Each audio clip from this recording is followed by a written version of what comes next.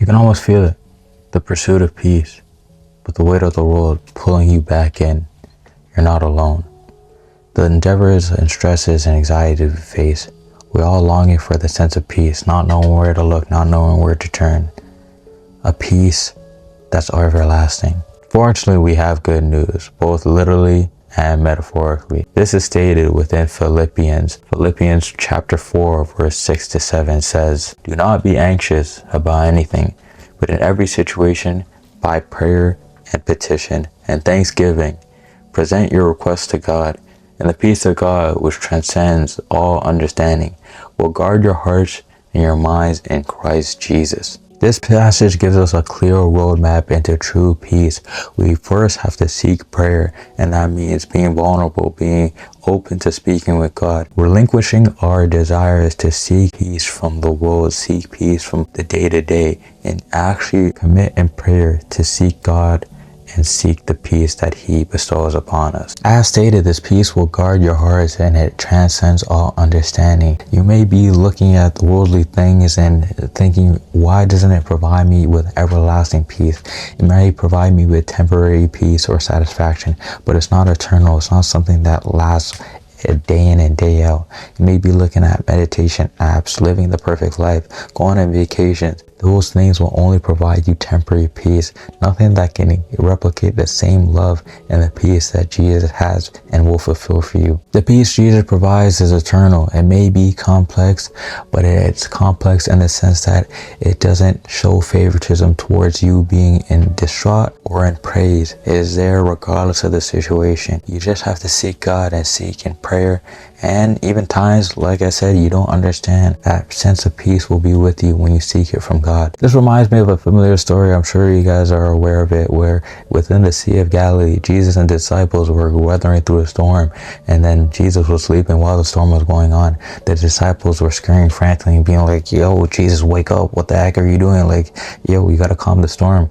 But then at the same time, Jesus will sleep peaceful because He knows that the storm will be ceased as soon as He wakes up and rebukes the wind. And then as He woke up and did exactly that, He looked to His disciples and said, "Why are you so afraid? Do you have no faith?" This is the same thing when we're weathering storms, where we feel like, yo, God, I called upon you, you don't hear me. You have to understand the waves and the storm, whatever you're dealing with, your hardships, it's not too big for God. He is there. He's there waiting. He's there patiently. You can't rely on Him on solving your problems according to your timing as opposed to God's. You have to be patient. You have to be diligent. You have to understand that God's always there. He sees the storms you're going through. He's just waiting for the perfect opportunity to see it just where you're able to push through it yourself, and He's like, all right, let's give them a little push, a little nudge, just to be able to put them over the edge, and I'll truly step in and rectify the entire situation. It's one of those where you're looking at it like a father just teaching their child how to, ride through and fight through certain problems on their own until they get to a point where they just need a little bit of help. It's the same thing.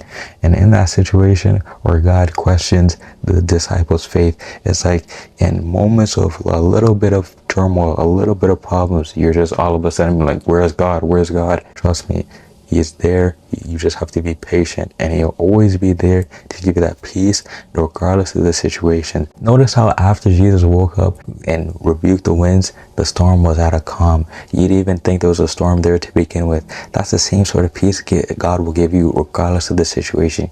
You might think, oh, this problem is too big. You start, like I said in previous videos, you can't look at it as thinking how big your problems are. You have to look at how big God is in relation to your problems, because God will be able to triumph your problems regardless of what it is. And that's the sort of peace that you can have when you're encountering and facing these difficulties, facing these hardships. When you're in pursuit of peace, that's the sort of peace that God will give you. So how do we experience God's peace in our everyday lives? I put it down into 3 simple steps. 1, we already got reminded of this before. prayer over our everyday lives. Within the book of Philippians chapter 4 verse 6, it tells us to turn our anxious thoughts into prayers.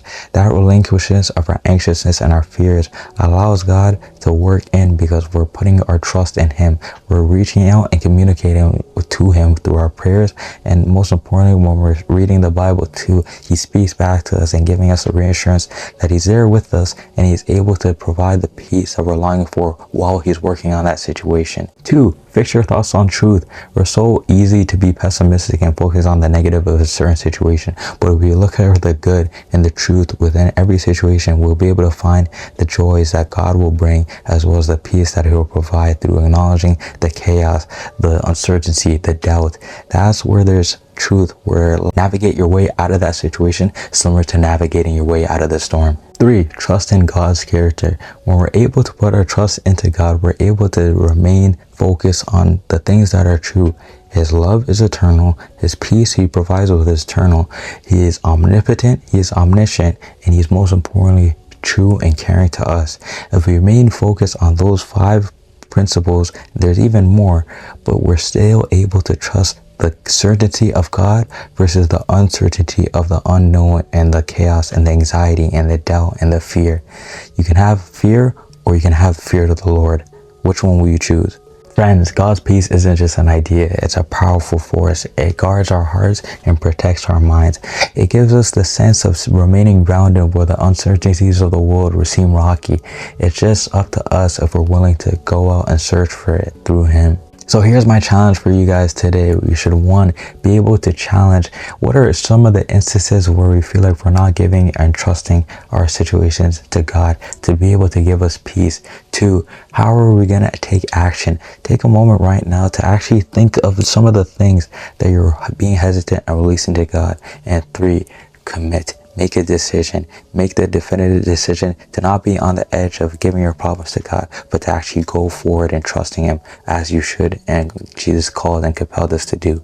So let's choose to live in that peace and choose to trust in God's divine nature. Whether the storm rages around us, we can seek to God for that sense of peace, and then in doing so, we can be the beacon of hope that sets the peace and culminates it all together. So guys, thank you guys for watching. If this message resonated with you, please be able to give a like and subscribe. And most importantly, peace be with you guys always. Thank you and God bless.